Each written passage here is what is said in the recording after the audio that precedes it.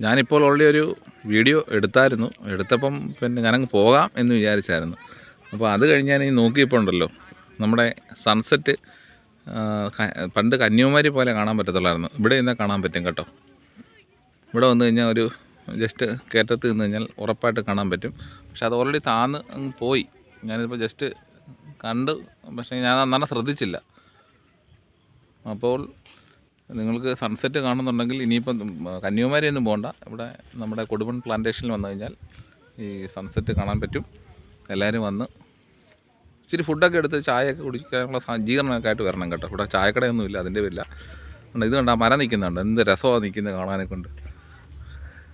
നിൽക്കുന്ന കാണുമ്പോൾ തന്നെ രസം തോന്നില്ലേ? അതുപോലെ തന്നെ ഈ ഏരിയയൊക്കെ നോക്കി ഒന്ന് കണ്ടോ.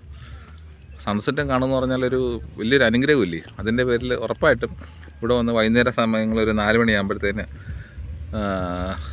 വന്ന് നിൽക്കുക, സൺസെറ്റ് കണ്ട് ആസ്വദിച്ച്. മഴയില്ലെങ്കിൽ നല്ല രീതിയിൽ സൺസെറ്റ് കാണാൻ പറ്റും. ആർക്ക് വേണമെങ്കിലും വരാം, പാസില്ല, ഫ്രീ ആണ്.